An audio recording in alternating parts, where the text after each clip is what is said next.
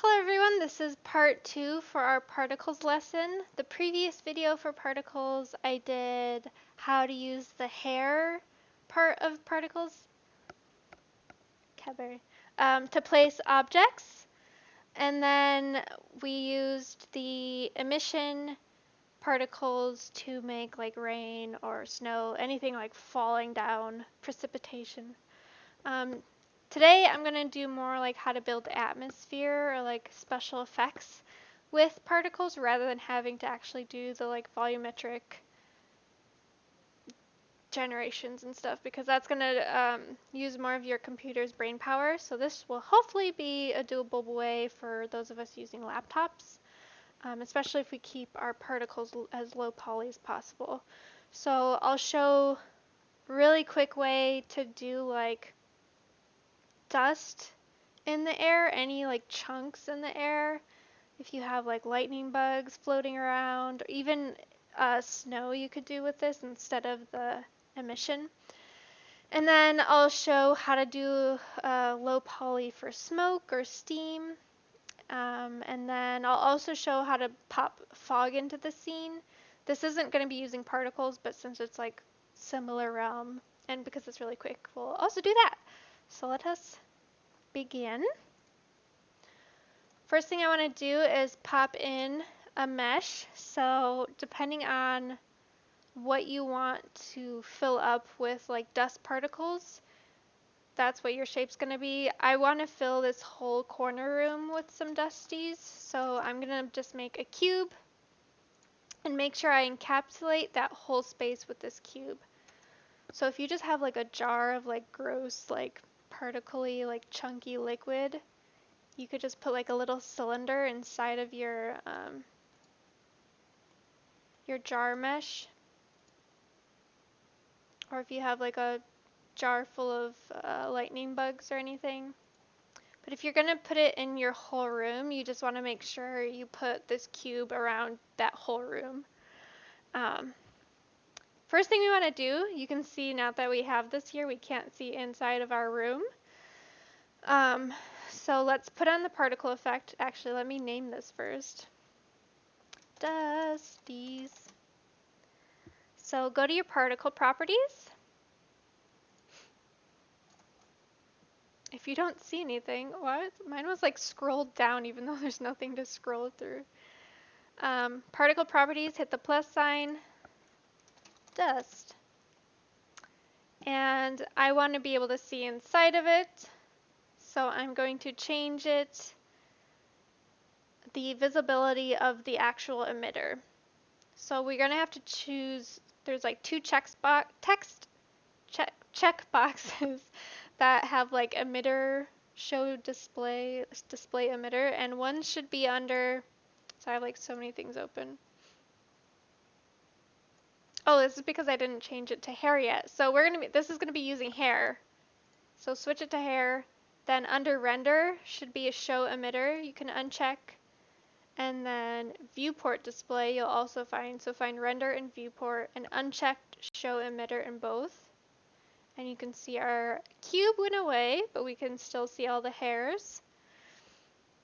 Another thing we want to change is how it is creating what our objects are going to be. So right now it's looking at the faces and placing them on the faces. We want it to look at the interior of the cube and use that like interior volume. So you're going to change from face to volume. So go to the very top, particle properties, under that emissions tab, find the source. So the source of what's being emitted, I don't know. And emit from faces, change that to volume. And now you can see the hair is like become this like matrix system inside. So you change that to volume, and then I'm going to change this to render as whatever object I want floating around. So I actually created this little like extremely low poly sphere. I think it had like the lowest sections possible. And then I kind of just like morphed it around a little bit. Again, if you want more than one version of something, you can make a collection. but you're just going to go to the Render tab, change from Render As Path to either Object or Collection. So I'm doing Object, and I just drop or bottle my object. Oh, and I have a glowy material on it, that's why this is happening. So I guess I can show you how you would do materials right away just because we have this glowy boy. So the material of that dust particle in your scene is going to be determined by what material you have applied to the actual like source object. So I have a principled BSDF assigned. You can change anything on it to customize your material. I wouldn't make it too complicated, just again because there's going to be so many of these. If you want it to be dust, I wouldn't have emission probably. I would just have like chunks, but I wanted to make some glowy things. So I popped my emission up. So let's go back to actually like making the settings of these. Really the main thing you want to change would be the scale of this and then how many there are in the space. And there's really nothing more to it than that. So changing the scale, that's going to be under that Render As area. You want to bump up your scale randomness all the way to 1 because that means it's going to range the scale from full scale. So you can't see what I'm pointing at. So these big chunks to like completely like minuscule small would be 1 scale randomness. So I'm going to bump that up all the way. I probably want these to be smaller. That's larger. See, this looks like nice, like pleasant snow. If you were doing dust, you'd probably have these even smaller. But for like nice glowy, like chunk objects, that's pretty nice. And then I probably have too many in here. Just random little glowy things. I have no backstory to these, they just exist. And again, you also have seed, that's going to be like what version of the random placement they are. You can also hit advance to bring up the rotation and play around with the rotation like we did when we were placing the object. So again, very simple to place things floating around in the air. The main thing is just changing that source from phase to volume to actually like fill it up with the object rather than like place it on the surface. So that's all for the dust part, my glowy dust. So next I want to make my smoke. So for this we gotta put in another emitter object. So really whatever you would like. We're probably gonna make it invisible anyway, so you could do a plane, whatever you desire. I just did a cube for no specific reason. I'm gonna scale it down because we have very small candles we're gonna put this on. So again, there's gonna be a more intelligent way to do this, like actually like based in physics, but to save most of our computer's brains, we're gonna do a less expensive way, which is basically gonna be using alpha maps. Alpha maps save us. So I have my little emission thing positioned there. Let's pop some particles in that. First, let's name it smoke. And then plus candle smoke. And now if we hit play, perfect candle smoke. So our first issue is it's going down. We want it to go up. So, excuse me as I have like every single tab open. We want to go down within your particle settings to field weights, and you want to change gravity to be -1. So it should make your guys go upward.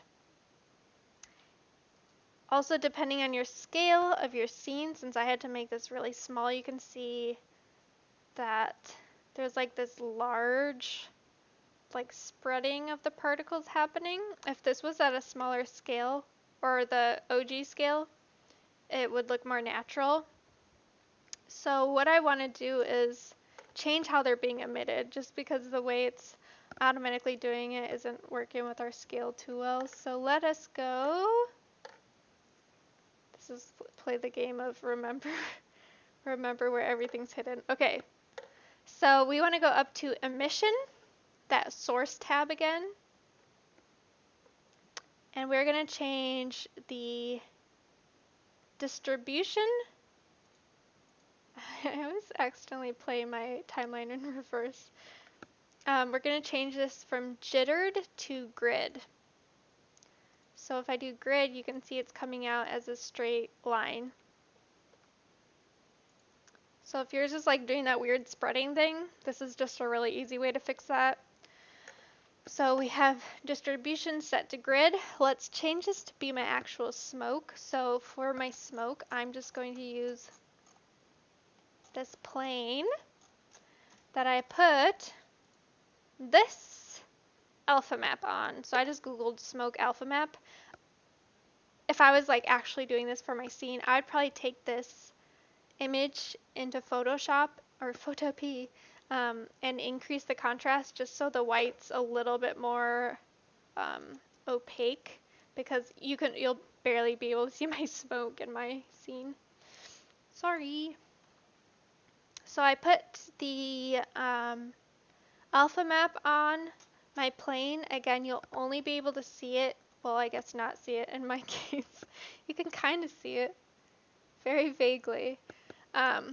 In your cycles renderer, if you have the material previewer open or your EV engine on, you'll just see like a weird like black white like outline map. So you'll only be able to see it in cycles. I'm sure there's settings you can change with the EV, but who needs that? Let me actually zoom in this room on my candle. Yeah. Oh god, it's getting to the. There we go. So let us change what it's rendering as. So rather than these like little bouncy balls, so render as object. Again, you can also do collection if you want. Pick whatever you want. And now you can see it's making these like pieces of paper on the render preview, but then on the left you can see it actually has like the little smoke effect coming up. So few settings we want to change. One is very simple, the other one's a little bit more complicated. So first setting, rotation. Rather than having these like be like sheets of smoke coming up, we want them to like be rotated in the air. Our rotation thing is already available for emitter, so just check mark it. And then let's hit randomize. And now if I hit play, you can see it randomized. So I actually have like smoke at different angles. The next thing we want to do is usually, so at this scale with the candle smoke, it probably wouldn't matter. But if you have like large scale smoke, so like a big fire or something, it's usually gonna like expand as it rises. So you want it to change scale as it's rising. So it's going to be small right at the candle and then increase as it goes up. So to do that, we're actually going to be using a texture. So at the very bottom of your particle settings should be textures. And then you want to hit plus new. And then name it so you know what you're looking at. So smoke size. And even though we assigned a texture, we have to actually define that texture. So to do that, open up your texture properties. And And what we want to do with this is change our type to blend, so it's using the ramp, the like gradient. And this is going to be a little bit confusing because everything is like in its own little tab in here. So first thing I'm going to change is we want this bump map to influence the size. So I'm going to change it from time to size. So influence tab, checkmark size. Next, I'm going to change in my mapping tab from generated to particle. So if you change everything, like get your bump map in place, or it's not bump map, sorry, ramp in place, and you hit play and they're all staying the same size, it's most likely because you missed this step. Because generated, it's just going to pick like the middle part of that ramp and pick that as the size. So technically changing the ramp values will change the size of it, but it's not going to like change as it like rises. So to make that happen, you have to change that to strand/particles. So actually, I should see something happen by now. But you can see whenever you make changes, it just like does this like plume of smoke. Ah, yes, we can see it. So this is like very spread out for now, but you can see closer to the cube, it's very small. As it goes away, it becomes larger. So to actually play around with these values and say like how big or small it starts from and becomes, that's going to be under the colors tab. So click on colors, checkmark color ramp, and this is where you have control over how it's changing. So I think usually you're going to want to pull more of that white over to make it change a little bit more quickly. Let me keep pulling it. Yeah, so now you can see we go from the small scale to this large scale. To finish this up, I'd probably want to keep playing around to make this look a little bit more dense. And I wouldn't want it to be like this continuous stream. So I'll actually post a video of how you make it that fade away, but that's like extremely complicated. So I figured I should just like post a video I found of that because they'll probably be better at it. So that's all for putting smoke in. Again, this is the like simple way. And it's really just gonna be like you placing like grass somewhere where you're just like cheesing it with the alpha maps.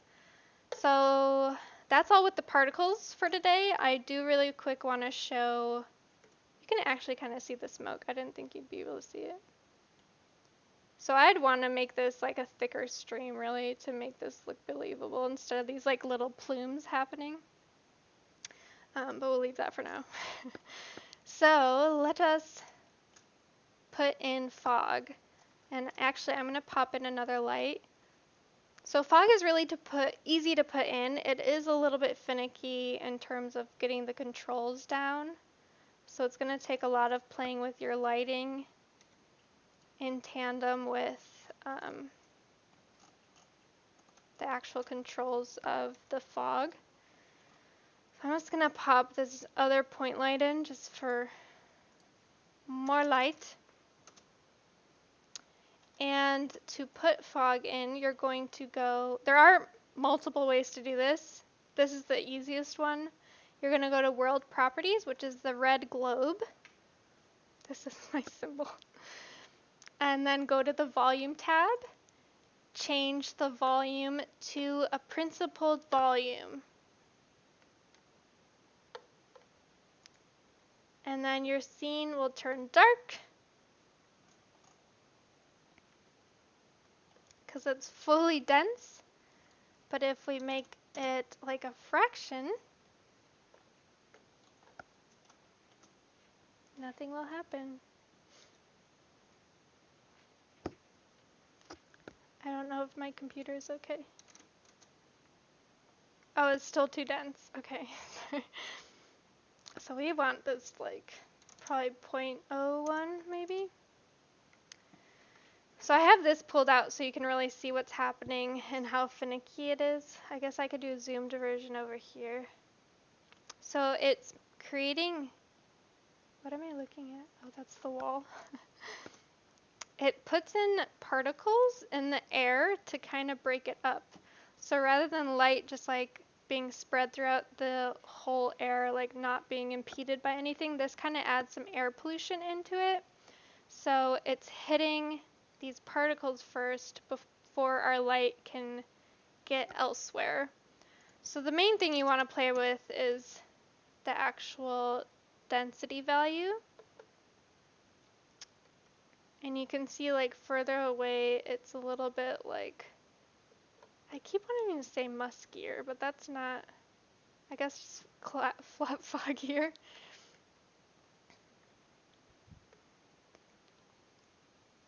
So play around with the density, make sure you have it low enough so that your lighting like still is like visible. You might also need to bump up your lights a little bit, but it will give like a better reaction of your like light with the actual air in the space, and it'll be a little bit more realistic since our air is very polluted. You can also play around with a few of these other things. Really, you might just want to like change the color if you want to give it more like a blue foggy or like red if you're like in a spa, I guess. So really quick way to pop it in, literally just hitting that principled volume.